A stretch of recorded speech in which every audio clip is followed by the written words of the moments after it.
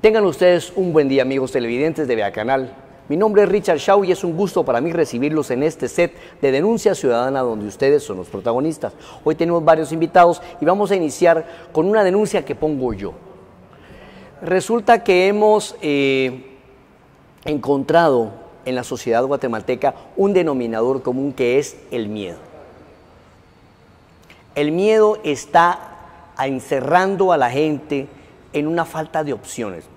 Miedo a no tener trabajo, miedo a que no se haga justicia, miedo a que no haya seguridad. En fin, el miedo es algo que se está dando por todos lados. Hoy nos acompaña el catedrático y psicólogo doctor Marcelo Colucci, quien es un hombre que tiene amplia experiencia en el impacto que tienen todos estos efectos en la sociedad guatemalteca, además de que es un catedrático connotado de la Facultad de Ciencias Políticas de la Universidad de San Carlos.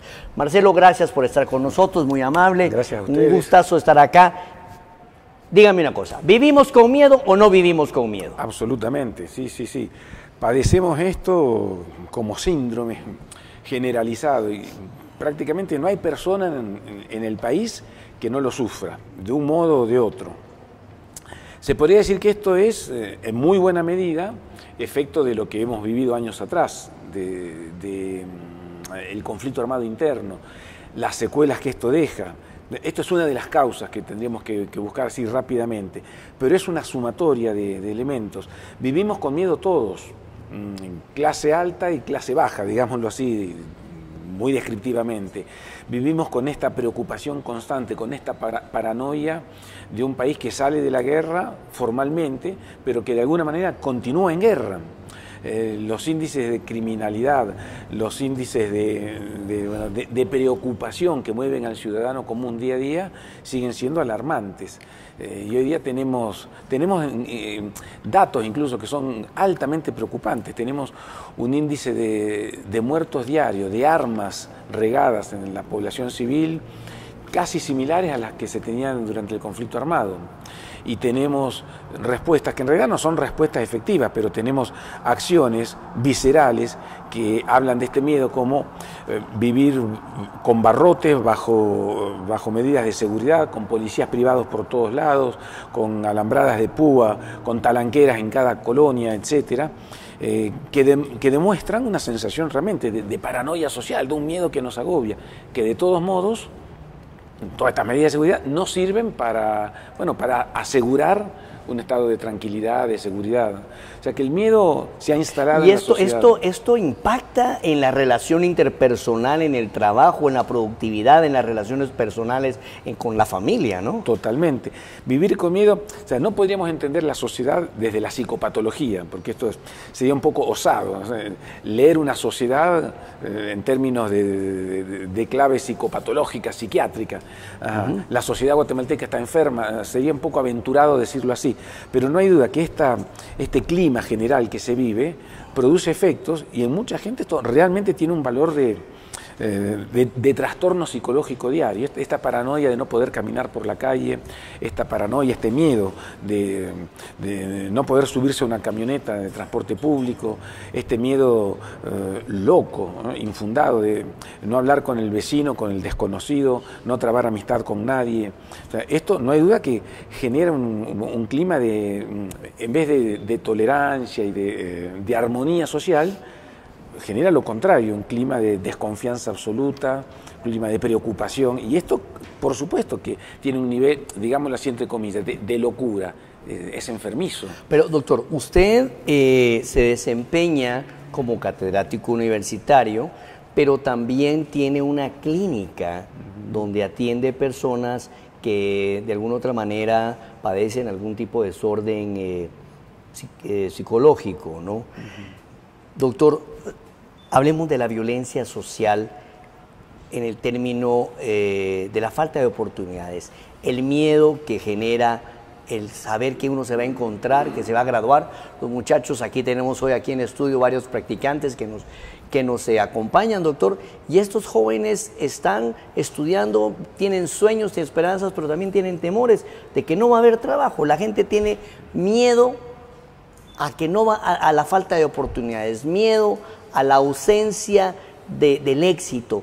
Es más, tienen miedo al miedo. En su clínica, ¿cómo ve esto? Donde yo trabajo es la Liga Guatemalteca de Higiene Mental, que es una institución, es la ONG más vieja del país. Vamos para los 65 años de existencia. Por supuesto, yo no viví esos 65 años dentro de la Liga, ¿no? Se fundó allá por los 50. Y sí, claro, llega mucha población a consultar con esta actitud de desesperanza, miedo al miedo, me gusta esa expresión, ¿no? Desesperanza, falta de oportunidades, falta de proyecto.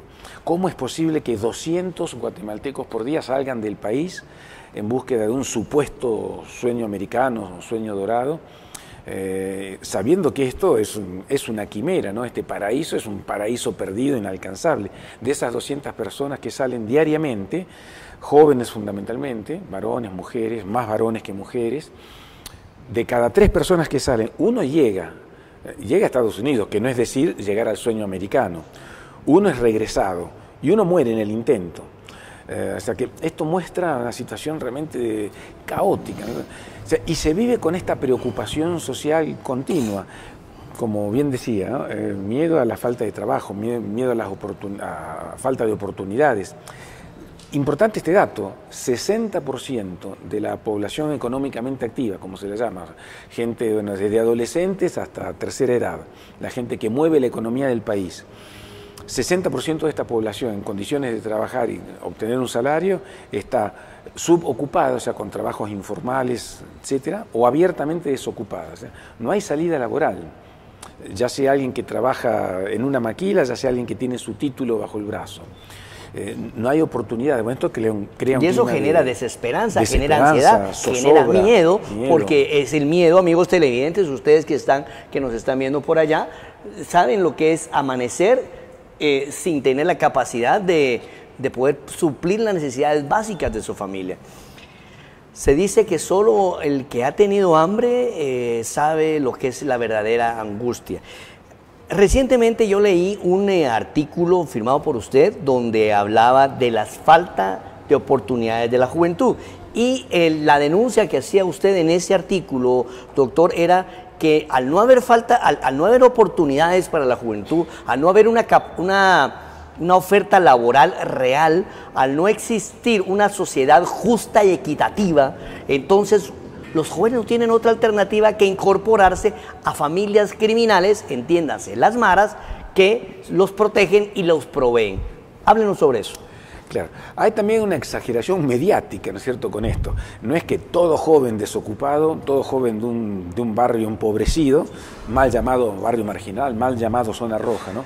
No es cierto que todo joven se integra a una mara. Esto es una exageración mediática con la que se crea, se recrea y se alimenta el círculo del miedo. El círculo del miedo, que es lo que viene a generar también un sistema de ¿cómo se llama?, de dominación. Totalmente. De dominación a través del temor y la división de la sociedad. Pero sigamos con el tema. Claro, y el miedo es un mecanismo de control finalmente. Ahora lo podemos abordar más en detalle. Bueno, lo cierto es, hay un estudio, está por publicarse, un estudio que hemos hecho desde la Universidad de San Carlos, con algunas poblaciones específicas, ¿no es cierto?, en las mal llamadas zonas marginales.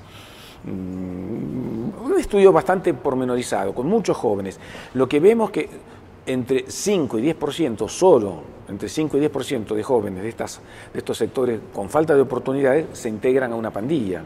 La gran mayoría, la inmensa mayoría, 90 o más del 90%, no lo hace. Sobrevive como puede, deja esta perspectiva de irse a Estados Unidos en busca de esta salida soñada, o trabaja en lo que puede o se las arregla como puede. Un pequeño porcentaje, muy pequeño porcentaje, se integra a una mara, a conductas transgresoras, a conductas criminales. O sea que hay toda podríamos decir, una campaña, tal vez no desde una mente que concibe todo esto a forma de confabulación, pero sí es cierto que hay un discurso que nos ha inundado, donde joven de un barrio pobre es un delincuente y estamos de rodillas ante la delincuencia. No es tan así, no es tan así. Incluso los datos de la policía muestran que las pandillas, las maras, que están puestas hoy día como así como el terror que nos tiene de rodillas, en realidad tienen que ver con los circuitos criminales, con los circuitos delincuenciales, en una pequeña cantidad. Junto a eso hay infinidad de acciones transgresoras, como el robo de furgones, los asaltos de banco, las extorsiones, que solo en un 50% son cobradas por las maras, el narcotráfico. O sea, hay una cantidad de conductas criminales que van mucho más allá de la mara, de la pandilla. O sea que hay un discurso interesado, diría, en esto de presentar a la juventud de barrios pobres como el principal responsable de nuestros desastres. En todo caso hay que ver un joven transgresor, hay que verlo no como causa, sino como efecto. Un chavo de 12 años, 15 años, menos de 10 años, o sea, ingresa a una pandilla porque ahí encuentra un lugar sustituto, etcétera. Esto pasa en un pequeño porcentaje. La gran mayoría de los jóvenes de los barrios empobrecidos de la ciudad, de la capital y de las principales ciudades de los departamentos, ¿no? La gran mayoría no se integra a estos circuitos. Y estas maras, en realidad, terminan siendo, en muchos casos, mano de obra del crimen organizado. Sí. De otros criminales. Pero ahí usted tocó un tema interesante, doctor, que es algo que me llama la atención. Usted dijo, ellos no son la causa, ellos son el efecto de una sociedad. Y ahí es donde hablamos de varios tipos de violencia, que aquí en Bacanal lo hemos denunciado constantemente, porque no solamente la violencia física, sino que está la violencia económica, de la cual somos víctimas por las políticas económicas importadas o impuestas desde lejos. Doctor, el tema que tenemos el día de hoy es el miedo, ¿verdad? ¿Cómo ha impactado el proceso de cambio democrático en Guatemala, la supuesta primavera de colores que usted bien ha señalado como una manipulación en varios de sus artículos? ¿Ha generado algún grado de esperanza o de temor en la sociedad? No, creo que ha abierto esperanzas, Podríamos sacar aquella frase famosa de Neruda: podrán cortar todas las flores, pero no detendrán la primavera. O sea, podemos estar en una noche oscura, pero siempre hay luz al final del túnel. Esto creo que es lo que nos tiene que alentar. Y si bien estamos hablando de este mundo, de esta sociedad guatemalteca, de este mundo globalizado, donde se ven pocas luces al final del túnel, donde siempre es posible, lamentablemente, ¿no?, la eventual posibilidad de una guerra mundial nuclear, que esto es una posibilidad, ¿no?, donde el 80% de la población mundial está en condiciones malas, de subalimentación, etc. Si bien esa es la realidad, y en Guatemala ni se diga, somos uno de los países de Latinoamérica con los peores índices socioeconómicos, con pobreza, con exclusión social, con analfabetismo. Si bien todo esto es cierto y crea este clima de miedo, de zozobra, claro que hay esperanzas. Yo apuesto por la esperanza. Lo que sucedió el año pasado creo que abrió una ventanita de esperanza. No ha cambiado sustancialmente mucho en el país, pero bueno, los cambios reales, ¿no es cierto?, son procesos largos, lentos, no faltos de tropiezos. Que la población, que buena parte de la juventud haya estado en la calle, buena parte incluso de población que habitualmente no sale a la calle a protestar, ¿no es cierto?, clase media alta, que jóvenes de la Universidad Landívar y la Universidad Marroquín estén protestando por un caso concreto como es la corrupción, por ejemplo. Esto creo que da alguna luz, o sea que no todo está perdido. Todo esto que estábamos diciendo de la falta de oportunidades, etcétera, lo cual es real, ¿no es cierto? Datos alarmantes. Se habla de la violencia, de la ola de violencia que tenemos, y es real. Hay 15 homicidios diarios, es una tasa de homicidio terrible. Vivimos una epidemia de violencia, definitivamente. Hay más muertos por falta de alimentos, datos oficiales, ¿no? 18 muertos diarios por falta de alimentos en el país. De esto no se hace un gran estruendo, pero esta es la realidad. En esa sociedad vivimos. Bueno, uno ve estos indicadores, ve esta realidad, el miedo con que vivimos. ¿Cómo es posible que en una colonia pobre, marginal, la gente gasta más en poner barrotes, y si es posible poner una talanquera en su colonia, que en otro tipo de gastos, no sé, que gastos para la recreación. Esto marca el grado así de zozobra con que estamos viviendo, de miedo. Pero pese a eso, creo que siempre hay esperanzas. Lo del año pasado, podemos hablar horas y ojalá podamos hacer un programa entero dedicado a esto. ¿Qué abrió esto? ¿Qué significó? ¿Qué sigue significando el día de hoy? Esto creo que muestra que siempre hay alguna luz al final del túnel. Yo apuesto por eso, invito a quien nos está escuchando que problematicemos esto, que lo profundicemos y que tengamos esa idea, ¿no? Guatemala está mal. El panorama no es muy promisorio, como se ve, ¿cierto? Con los datos que tenemos en la mano. ¿Cómo es posible que 18 personas por día mueran de hambre en un país que es productor neto de alimentos? Esto realmente es una locura. Bueno, pero siempre hay alguna esperanza. Estamos mal, bueno, pero si nos quedamos solo con eso, bueno, nos pegamos un tiro. Y creo que no. La idea es que, bueno, algo tenemos que hacer.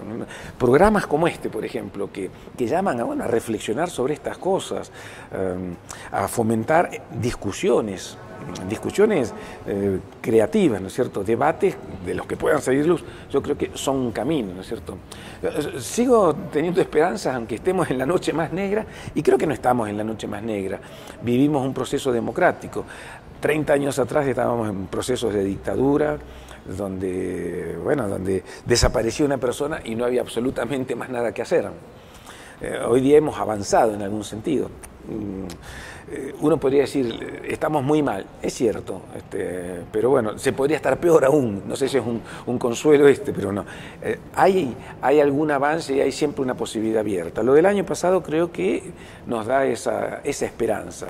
Bueno, Marcelo, muchas gracias.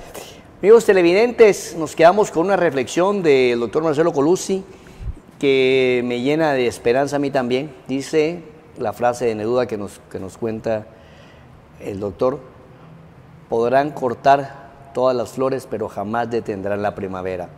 Esa es la actitud, amigos televidentes. Tenemos la esperanza de que Guatemala vaya a cambiar, y aquí en Vea Canal y en este programa estamos buscando eso, que Guatemala cambie para lo mejor. Gracias, doctor Colucci, por su participación el día de hoy, ilustrándonos sobre el tema del miedo. Vamos a un corte comercial y seguimos con las denuncias ciudadanas acá, en su programa de Vea Canal.